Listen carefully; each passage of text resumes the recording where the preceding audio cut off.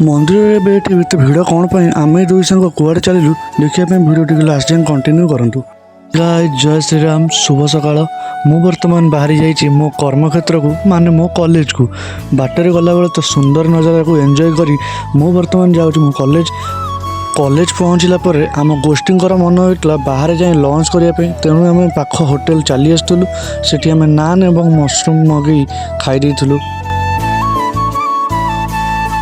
खाई सारे मुझे घर को चली घर को आसला मु मो सांग मिसी चली आसलु आम पाख मार्केट को कहीं आज आम मंदिर में काम चलता से